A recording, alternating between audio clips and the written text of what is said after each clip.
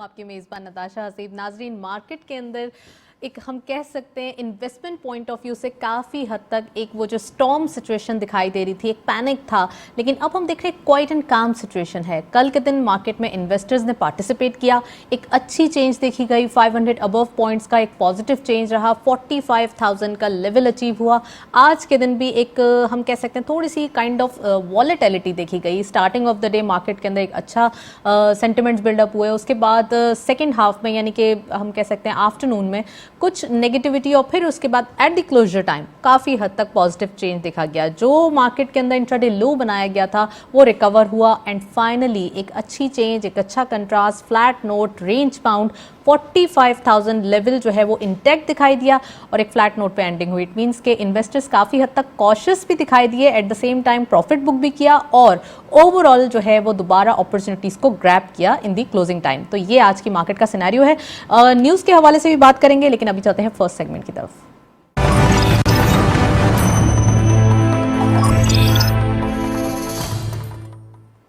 Let's have a look on daily highlights. आज की market की परफॉर्मेंस देखते चलते हैं। ओपन हुई मार्केट 45,390.84 के लेवल पर। हायर साइड पे मार्केट गई 45,438.16, lower was 45,241.45 and finally closure 45,407.89। आप देख सकते हैं छोटे से स्पैन में मार्केट ने 300 और 400 के नंबर्स के अंदर ही ट्रेड किया। 17.05 का इजाफा आज की मार्केट में देखा गया। टर्नओवर में करंटली 432.06 मिलियन शेयर्स ट्रेड किए गए हैं। कल के मुकाबले में मजीद गेंस देखे गए हैं 56.13 मिलियन शेयर्स एंड वैल्यू भी आज बढ़ती हुई दिखाई दे रही है 10.28 billion rupees. And volume leaders में all script being in green territory, WTLS list को लीड कर रहे हैं 0.19 के इजाफे के साथ। 2.36 पे क्लोजर, 75.59 मिलियन शेयर्स ट्रेड किए गए। अगेन यूनिटी राइट शेयर्स 2.27 का गेन, 2.27 पे closure, 66.80 million shares traded and lastly Telecard 0.65 का गेन देखा गया। 17.96 पे क्लोजर रहा, 23.80 का कारोबार रहा। ये था ओवरऑल मार्केट के सेंटिमेंट्स। हम देख सकते हैं वही पेनी स्टॉक्स में अगेन पार्टिसिपेशन देखी गई है और आज भी यही थर्ड टियर स्क्रिप्ट्स में काम होता हुआ मार्केट के अंदर दिखाई दिया है। नेक्स्ट सेगमेंट की तरफ चलते हैं।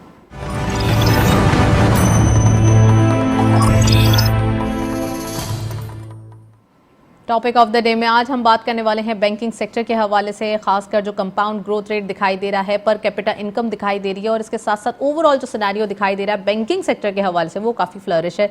क्योंकि अगर पॉलिसी रेट की बात की जाए तो यहाँ से एक हम कह सकते हैं कि यहाँ से भी एक अपवर्ड ट्रेंड, अपलिफ्ट ट्रेंड जो है वो दिखाई देता है। और इसके साथ साथ इकोनॉमिक नंबर्स के हवाले से बात करेंगे, खासकर जो ऑब्जेक्ट्स एंड आइडियाज़ न्यूली दिखाई दे रहे हैं इकोनॉमी के अंदर वो काफ़ी जो है वो ज़रूरी है।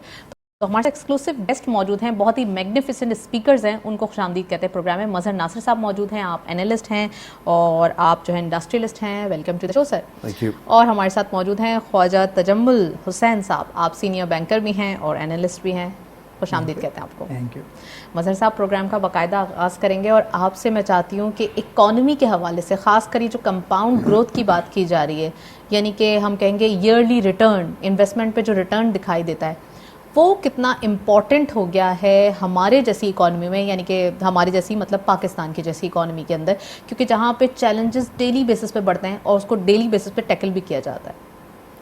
देखिए, इकॉनमी को आप डेली बेसिस पे नहीं ले सकते। अगर आप इसको मैक्रो लेवल पे लेंगे तो आप इंटरनेशनल सिनारियो में लेंगे। अच्छा, आज का इंटरनेशनल सिनारियो आपके सामने है कि कोविड एक दफ़ा फिर बहुत तेज़ी से यूरोप में और अमेरिका में बढ़ता जा रहा है। बिल्कुल। और डेथ रेट्स भी वहाँ बढ़ गए हैं।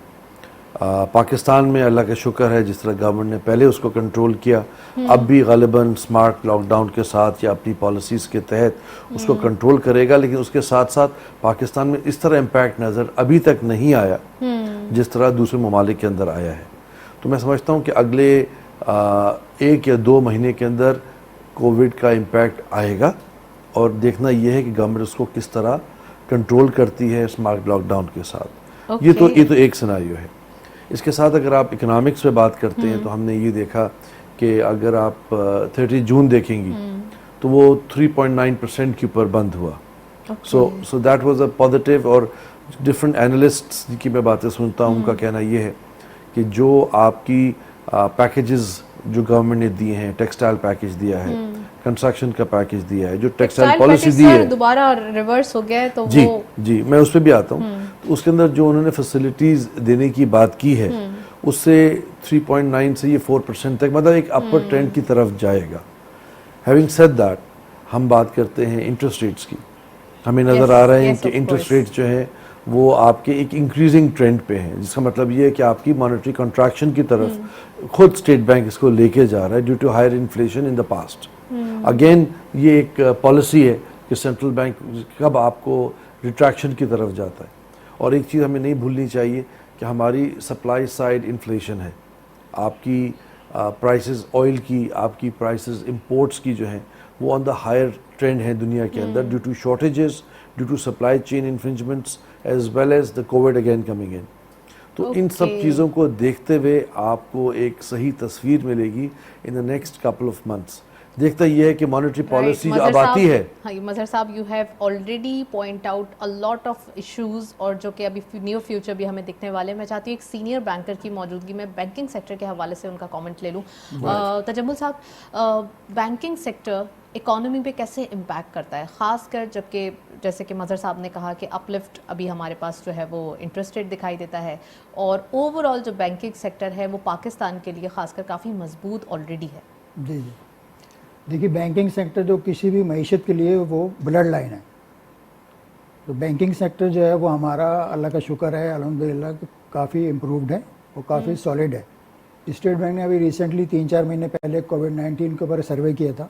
तमाम बैंक्स से उन्होंने पूछा था कि जी आप क्या एक्सपेक्ट करते हैं कि ये कोविड-19 किस तरीके से जो है वो मुतासिर करेगा इसको। तो अल्हम्दुलिल्लाह पाकिस्तान का बैंकिंग सेक्टर जो था वो नेगेटिव नहीं गया, वो पॉजिटिव ट्रेंड ही है उसका।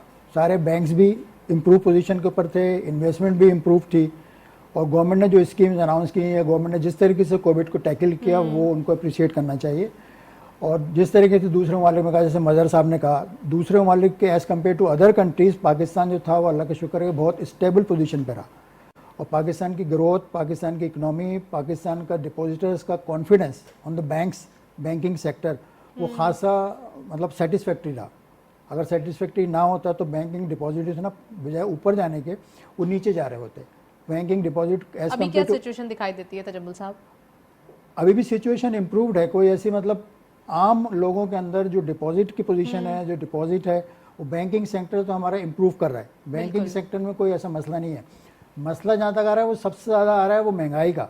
उसकी वजह से वो एक दूसरे इशूज़ हैं, वो इंटरनेशनल इशूज़ हैं, वो मजबूरी है, मुल्क की हमारी मजबूरी है। जैसे मदर साहब ने भी उस तरफ इशारा किया कि सारे पूरी दुनिया के अंदर जो एक महंगाई का ट्रेंड है, प्राइसेज जो ना अपवर्ड जा रही हैं।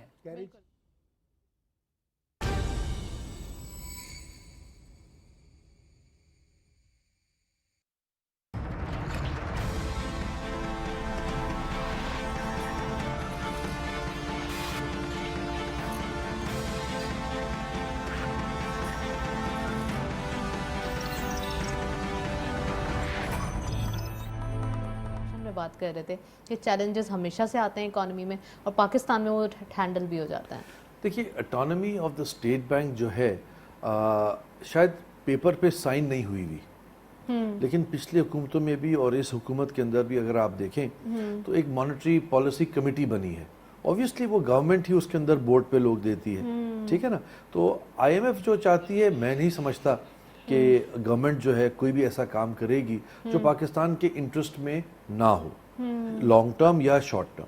लेकिन स्टेट बैंक के पास इतनी ऑटोनॉमी मौजूद है कि वो इंटरेस्ट रेट्स को चेंज कर रहे हैं, वो उस मॉनेटरी पॉलिसी के मुताबिक चेंज कर रहे हैं, वो स्केड्यूल दे जो रहे हैं, स्केड्यूल दे रहे देख रहे हैं, हैं, जो वो ट्रेंड्स देख रहे हैं। जैसे मैंने आपसे शुरू में कहा कि सेंट्रल बैंक का ये काम है कि जब इकोनॉमिक पोजीशन खराब थी आपकी तो इंटरेस्ट रेट आपका 7% पे चला गया था, कुछ एनालिसिस और ऐसा आ आदमी रहा वो भूल जाता है कि Right. 7% पे ले जाने के बाद कुछ आज 9.75 पे। बिल्कुल बिल्कुल बिल्कुल सर, कुछ एनालिस्ट ऐसे भी कह रहे हैं कि वो फरिश्ते हैं, और बड़े अग्रेशन वाले कुछ बयानात भी आ रहे हैं, कुछ जो है वो बिल्कुल सिंपल भी उनको देखिए हर एब्जॉर्ब कर रहे हैं। हर आदमी का अपना व्यू है। हाँ। मेरा कहना ये है कि स्टेट बैंक ऑलरेडी काफी ऑटोनमस है, वो अपने डिसीजंस लेता है, बैंकिंग को रेगुलेट करता है। ऑब्वियसली अब आप ये तो कहीं भी नहीं है, गवर्नर कौन रीइंस्टेट करता है? हुकूमत पाकिस्तान। तो अब देखना ये कि आप किसको लेकर आते हैं या किसको आपने आज बिठाया हुआ है। मुल्क के लिए वो कितना बेहतर है या नहीं है अगर उसकी पॉलिसीज़ नहीं है, क्योंकि ये सब कॉन्ट्रैक्चुअल होते हैं। तो उसी बेस के ऊपर आते हैं हमारे अपने लोग। Pakistan has one of the best banking in the world. हमने तो दुनिया भर में दिखाया है कि पाकिस्तानी बैंकर्स दुनिया में बेहतरीन बैंकर्स पाए जाते हैं। तो वी हैव एक्सीलेंट बैंकर्स, और जो पॉलिसीज आ रही हैं और जो सेंट्रल बैंक इस वक्त उसको कंट्रोल कर रहा है या डिजिटाइजेशन की तरफ जा रहा है या इकोनॉमिक कंडीशंस की इन्फ्लेशन डिफ्लेशन को देखते हुए अपने डिसीजंस ले रहा है, तो मैं समझता हूँ उनको हमसे ज़्यादा नॉलेज है, उनके पास वो इंफॉर्मेशन ज़्यादा है जो हमारे पास नहीं है। और उसके बेस पे हमने पास्ट में तो ये देखा है कि जो उन्हें डिसीजंस लिए वो बहुत अच्छे डिसीजंस लिए। कोविड के दौरान उन्हें इंटरेस्ट रेट कहाँ से 7% पे ले गए, किस तरह उन्हें लोन्स दिए इंडस्ट्री को, और आज अगर इन्फ्लेशन बढ़ी है तो 9.75% पे लेकर चले गए। और पॉलिसी मेकिंग होती जा रही है जो पहले नहीं होती थी। तो ये जो अग्रेसिवनेस है और ये हमें वक्त की रिक्वायरमेंट है और इसी के तहत हमें चलना चाहिए। तो मैं समझता हूँ कि वैसे ही स्टेट बैंक जो है वो काफ़ी ऑटोनमस चल रहा है। राइट, काफ़ी ऑटोनमस चल रहा है। मैं तजम्मुल साहब से पूछना चाहूँगी कि बीइंग अ बैंकर, ऑटोनॉमी के हवाले से एक परसेप्शन बिल्डअप हो गया है इन दिस वीक, और ये पूरे मंथ अगर हम बात करें तो काफ़ी इस पर डिस्कशन हुई है। तो एक्चुअली ये ऑटोनॉमी पे क्यों डिस्कशन हो रही है, और परसेप्शन जो बिल्डअप हुआ है वो गलत है, तो उसको सही परसेप्शन एक्चुअली है क्या, वो बताया जाए। नहीं, देखिए जैसे मदर साहब ने कहा ना कि स्टेट बैंक ऑलरेडी ऑटोनॉमस है। वो एक उसका बोर्ड है, बाकायदा एग्जीक्यूटिव बोर्ड है स्टेट बैंक, और उसको गवर्नमेंट अपॉइंट करती है। उसको आईएमएफ या कोई दूसरा इंटरनेशनल एजेंसी, लैंडिंग एजेंसी उसको अपॉइंट नहीं करती है। ठीक है, वो अभी भी इंडिपेंडेंट ही होगा, गवर्नमेंट को रिपोर्ट करेगा।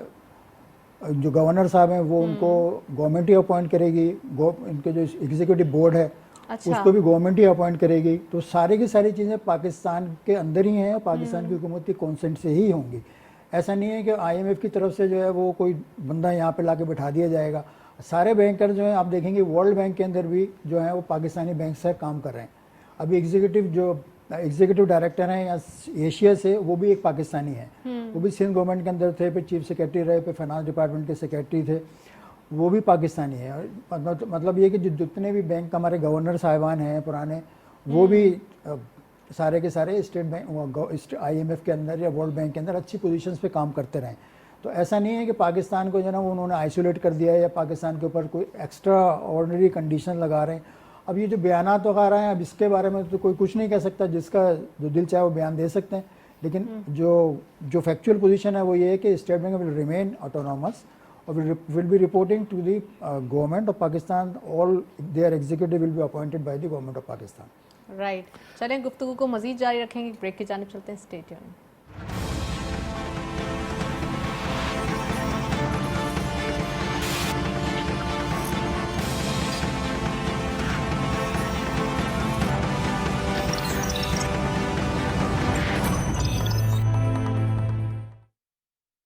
क्या आपको पता है पिछले 20 सालों में स्टॉक मार्केट इन्वेस्टमेंट का रिटर्न 18% सालाना रहा है, यानी कि बाकी ऑप्शंस जैसे कि बैंक, गोल्ड, रियल एस्टेट और डॉलर से काफ़ी बेहतर। अब आप KSB की KTrade ऐप से घर बैठे डायरेक्ट इन्वेस्टमेंट कर सकते हैं। अकाउंट ओपन करने के लिए www.ksb.com पर जाएं और ओपन अकाउंट पर क्लिक करें। ऑनलाइन फॉर्म में डिटेल्स जैसे कि नाम, एड्रेस, ईमेल और KYC डॉक्यूमेंट्स जैसे कि NIC की कॉपी, प्रूफ ऑफ फंड्स और बैंक स्टेटमेंट अपलोड करें। अब बस KTrade अकाउंट में पैसे ट्रांसफ़र करें और स्टॉक मार्केट में पाकिस्तान की बेस्ट कंपनीज में बआसानी इन्वेस्ट करें। KTrade, अब इन्वेस्टमेंट करे हर कोई।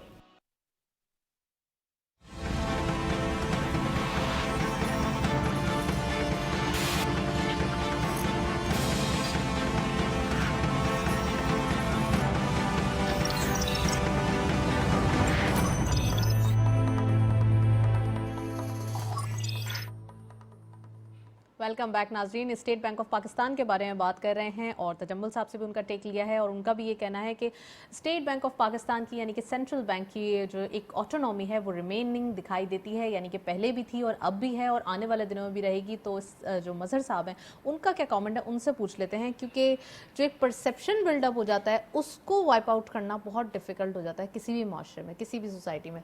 अब क्या सर, क्या रिव्यू आपका जो है वो देखिए? मैं आपको एक डिफरेंट एंगल से इसका जवाब देता हूँ। पहली बात तो जैसे मैंने आपसे कही कि स्टेट बैंक की अपनी मॉनेटरी पॉलिसी की कमेटी है, ठीक वो है। इसकी डिसीजंस आज ले रही है। शायद पास्ट में 0% था, लेकिन आज अगर मेजॉरिटी डिसीजन ले रही है तो हम ऑटोनॉमी की तरफ ही जा रहे हैं और ऑटोनमस ही हैं। अच्छा। अब बात हो रही है कि आईएमएफ ये क्यों चाहता है। देखिए बात ये है कि आईएमएफ डिक्टेट अपनी टर्म्स करता है, क्योंकि वो आपको पैसे दे रहा है। वो ये चाहता है, उसको ये पता चले कि आपका रीपेमेंट स्केड्यूल क्या है। वो ये चाहता है कि स्टेट बैंक में जो लोग बैठे हुए हैं वो क्या डिसीजंस लेंगे जिसके तहत ये पेमेंट्स वापस आ सकेंगी। तो ऑब्वियसली अगर आप किसी कंपनी को लोन देते हैं और ज़्यादा लोन देते हैं तो आपको याद होगा कि बैंक जो है अपना एक नॉमिनी डायरेक्टर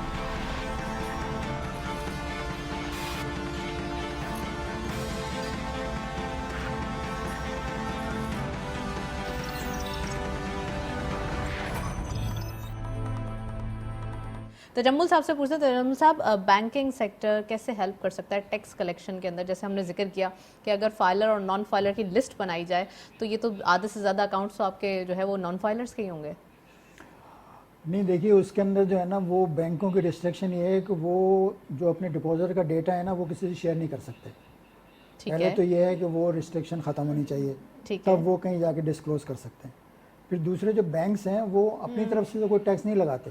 बैंक्स तो गवर्नमेंट के बिहाफ पे टैक्स लेते हैं। ठीक है। स्टेट बैंक किसी भी बैंक का वो तो समझे कि सिर्फ बैंक के एजेंट गवर्नमेंट के एजेंट के तौर पे काम कर रहे होते हैं, और वो समझते ही हैं कि जी बैंक ने यही किया। कोई भी सर्विस टैक्स हो, सेल टैक्स हो, सीईडी हो, इनकम टैक्स हो, वो सारा का सारा गवर्नमेंट के बिहाफ पे बैंक ले रहे होते हैं। अच्छा। गवर्नमेंट जो इंस्ट्रक्शन उनको देती है, स्टेट बैंक जो उनको इंस्ट्रक्शन पास करता है वो उस पर कंप्लाई करते हैं और वो उसको कंप्लाई करने के पाबंद हैं।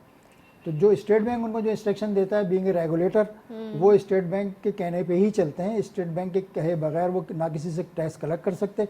अथराइज बैंक होते हैं वही टैक्स कलेक्ट करते हैं, अथराइज बैंक्स होते हैं वही उनके बिहाफ पे काम करते सर, लेकिन क्या होता है कि इंटरनेशनली हम बाउंड हो जाते हैं। एफएटीएफ के हवाले से बात किया जाए, हमें डॉक्यूमेंटेड इकोनॉमी चाहिए। फिर आप कहते हैं कि हम किसी डिजिटल या फिर जो है वो हमें डिजिटलाइज करने की जरूरत है, लेकिन हम अपना डेटा शेयर नहीं कर सकते। इस पर मजीद बात करूंगी, एक ब्रेक की जानिब चलते हैं। Stay tuned.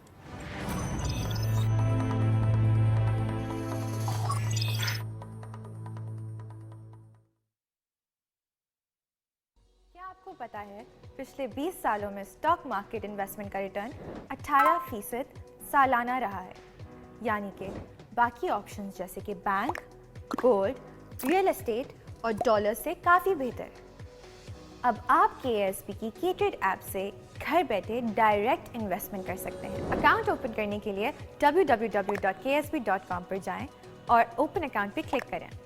ऑनलाइन फॉर्म में डिटेल्स जैसे कि नाम, एड्रेस, ईमेल और KYC डॉक्यूमेंट्स जैसे कि NIC की कॉपी, प्रूफ ऑफ फंड्स और बैंक स्टेटमेंट अपलोड करें। अब बस K-Trade अकाउंट में पैसे ट्रांसफर करें और स्टॉक मार्केट में पाकिस्तान की बेस्ट कंपनीज में बआसानी इन्वेस्ट करें। K-Trade, अब इन्वेस्टमेंट करे हर कोई।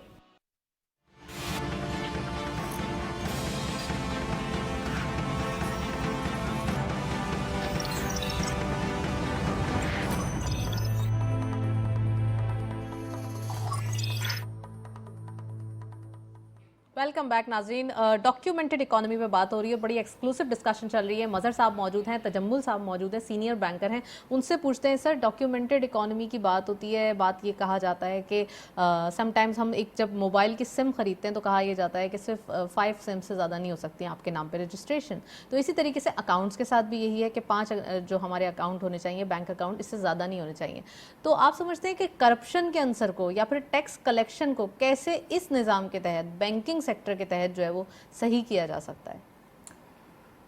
देखिए ना, जो बैंक अकाउंट जिनके हैं उनको तो आप किसी तरीके से वो तो बाहर नहीं जा सकते बैंकिंग सेक्टर से। तो उसमें अगर वो बैंक जिसके बैंक अकाउंट हैं वो तो उसमें करप्शन कर ही नहीं सकता। जो भी चीज़ है ब्लैक एंड वाइट में होगी। इनकम आ रही है तो उसमें आ रही है, एक्सपेंस आ रहा है तो उसके अंदर आ रहा है। अब जहाँ तक आपका सवाल है कि जी ये इसमें करप्शन किस तरीके से रोक सकती है, तो करप्शन तो ये है कि देखिए आजकल तो बैंकों में अगर मुझे सही इन्फॉर्मेशन है तो 20 लाख से ऊपर की जो ट्रांजैक्शन होती है वो स्टेट बैंक को रिपोर्ट होती है। पहले ये 10 लाख की लिमिट थी कि आप 10 लाख जमा कराते थे तो वो स्टेट बैंक को रिपोर्ट होता था, इर्रेस्पेक्टिव कि आप क्या हैं और क्या नहीं है। कि कोई मतलब ये है कि जो भी डिपॉजिटर होता था अब वो उसकी लिमिट कर दी उन्होंने 20 लाख। तो ये एक तरीका है, अगर वो स्टेट बैंक पर उसके ऊपर जो है ड्यू डिलिजेंस करता है उनके पास भी जो है वो अपना वो check and balance रखते जी वो हैं। चेक एंड बैलेंस करता है कि ये 20 लाख रुपए जो आए हैं वो किस तरीके से आए, अगर कोई जस्टिफाइड आएंगे, ज़्यादातर लोग प्रॉपर्टी सेल करते इट हैं। मीन्स कि रेगुलेशन है यहाँ जी पर। रेगुलेशन है बिल्कुल, लेकिन ये डॉक्यूमेंटेड इकोनॉमी आ रही है, ये रिटेल सेक्टर के अंदर ज़्यादा मसला पैदा कर रहा है। बाकी जो बड़े हैं, जो बैंकिंग सेक्टर है, बैंकिंग तो देखिए ना, बैंकिंग तो अपनी तरफ से कोई रेगुलेशन नहीं निकालता, बैंक जो है वो स्टेट बैंक के ही कहने पे चलते हैं। बाउंड है वहाँ पर, जी, ठीक है, बिल्कुल, पॉइंट जी, टेकन। बिल्कुल। मजहर साहब, देखा ये जा रहा है कि जैसे कि मैंने तजम्मुल साहब से पूछा, तो मैं ज़रूर ये समझती हूँ कि आप भी इस पे अपना टेक देना चाहेंगे। ओवरऑल रेगुलेशन की बात की जा रही है, स्टेट बैंक ऑफ पाकिस्तान के रेगुलेशन फॉलो करना पड़ता है, लेकिन जब हम टैक्स कलेक्शन की बात करते हैं तो at the same time tax collection हमें चाहिए, और किसी ना किसी तरीके से बैंकिंग सेक्टर एक की हम कह सकते हैं सेक्टर है जो हेल्प कर सकता है। देखिए, बहुत ही आसान है। आप जितना डिजिटलाइजेशन को बढ़ाएंगे और आसान करेंगे और इस पे रूल्स एंड रेगुलेशंस लेकर आएंगे, तो आपके पास टैक्स कलेक्शन के एवेन्यूज और इंफॉर्मेशन बढ़ जाएगी। अच्छा। आपके पास नादरा का डेटा बैंक मौजूद है और उसके पास काफ़ी इंफॉर्मेशन है। लोग ये कहेंगे कि हम इस्तेमाल करना नहीं जानते डिजिटल, कि हम किस तरह पेमेंट्स करेंगे और क्या करेंगे, लेकिन आपके सामने है कि कितने अरब डॉलर बाहर से आते हैं, जो हमारी लेबर बाहर जाती है और वो इसी डिजिटाइजेशन सिस्टम से मुल्क के अंदर पैसे भेजते हैं।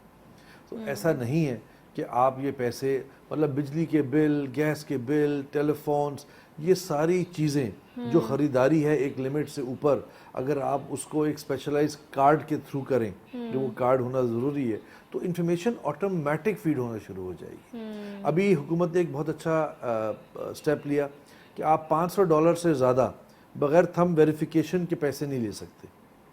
तो मैं ये नहीं कहूँगा कि वो 100% रुक गया, 2,500 लेकिन मैं थे आपको अब। ये कहूँगा कि वो तकलीफ हो गई, उसकी वजह से जो रेट्स बढ़ रहे थे वो कम हो गए। Okay. और वही चीज़ आप यहाँ भी इस्तेमाल कर सकते हैं। चले मजहर साहब, आपको पॉज करूंगी, एक ब्रेक की जानिब चलते हैं, साथ रहिए।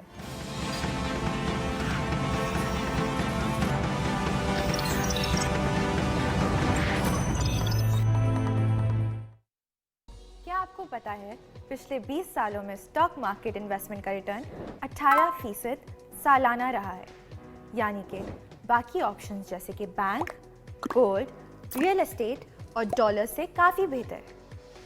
अब आप KSB की K-Trade ऐप से घर बैठे डायरेक्ट इन्वेस्टमेंट कर सकते हैं। अकाउंट ओपन करने के लिए www.ksb.com पर जाएं और ओपन अकाउंट पर क्लिक करें। ऑनलाइन फॉर्म में डिटेल्स जैसे कि नाम, एड्रेस, ईमेल और KYC डॉक्यूमेंट्स जैसे कि NIC की कॉपी, प्रूफ ऑफ फंड्स और बैंक स्टेटमेंट अपलोड करें। अब बस K-Trade अकाउंट में पैसे ट्रांसफ़र करें और स्टॉक मार्केट में पाकिस्तान की बेस्ट कंपनीज में बआसानी इन्वेस्ट करें। K-Trade, अब इन्वेस्टमेंट करे हर कोई।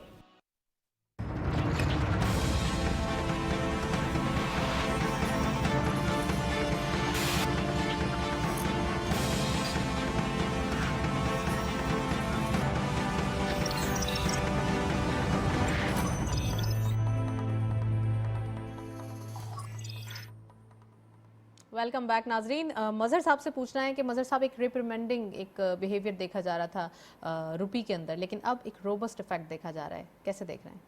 देखिए, हमेशा का रूल वही है कि जब डॉलर की डिमांड के अंदर फ़र्क आता है या जो पेमेंट्स गवर्नमेंट ऑफ पाकिस्तान ने देनी होती हैं, अब इस करंट ईयर में 13.5 अरब डॉलर की पेमेंट रीपेमेंट हुकूमत पाकिस्तान ने करनी है। इस दौरान जब आपके पास डॉलर इनपुट हो रहा होता है, आपके पास डिफरेंट एजेंसीज के थ्रू पैसे आ रहे होते हैं या आपकी एक्सपोर्ट्स बेहतर हो रही होती हैं, उस दौरान जो है आपका रुपी जो है वो ज़्यादा स्ट्रेंथ लेता है। तो हम 155 से 178 और 180 तक गए थे, अब हम 175 तक आ गए हैं। बिल्कुल। तो ये एक डाउनवर्ड ट्रेंड दिखा रहा है। देखना ये है कि आपका डॉलर जो है उसकी डिमांड में कितना फ़र्क आता है बेस्ड ऑन गवर्नमेंट पॉलिसीज़, कि जो आपने इस वक्त बात की है इंपोर्ट्स के अंदर, आप मिनी बजट की बात की है कि उसके अंदर क्या तर्ज आएगा, तो उसको देखते हुए लोग ज़रा थोड़े से रुक गए हैं अपनी इंपोर्ट्स के अंदर कि क्या कॉस्ट आती है, किस तरह चीज़ें होंगी, तो उसका भी इम्पैक्ट है। और जो हुकूमत पाकिस्तान के पास पैसे आ रहे हैं, सर कह सकते हैं स्टेबिलिटी आ रही है। स्टेबिलिटी आ रही है। नेक्स्ट सेगमेंट की तरफ चलते हैं।